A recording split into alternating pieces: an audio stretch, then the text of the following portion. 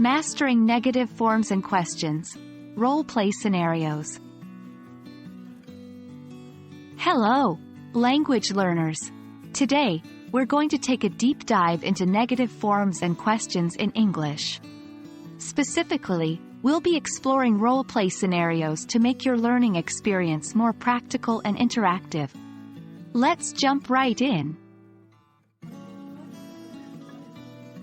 Negative forms and questions are essential parts of the English language, especially when you want to make a request or offer. For example, you might want to ask, "Don't you want a piece of cake?" Or say, "I can't help you with that." In these scenarios, we're using negative forms and questions to express our ideas more precisely.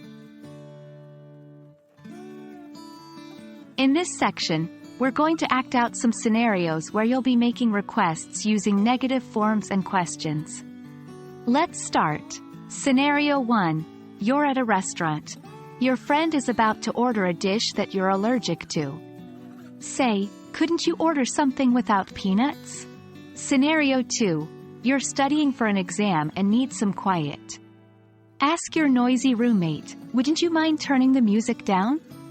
These examples illustrate how to use negative forms and questions in making requests, making your request sound polite and indirect.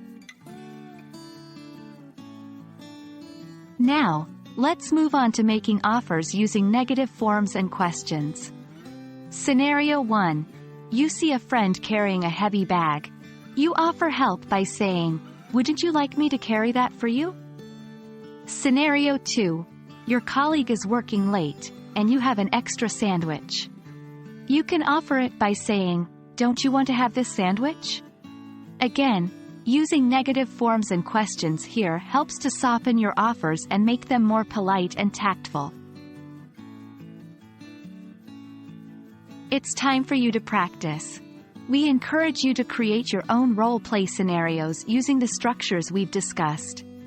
Practicing in this way will help to solidify your understanding and increase your comfort with these language constructs. And that wraps up our video. With consistent practice, you'll master the use of negative forms and questions in making requests and offers. Remember, practice makes perfect. Keep exploring, keep learning, and until next time, happy language learning.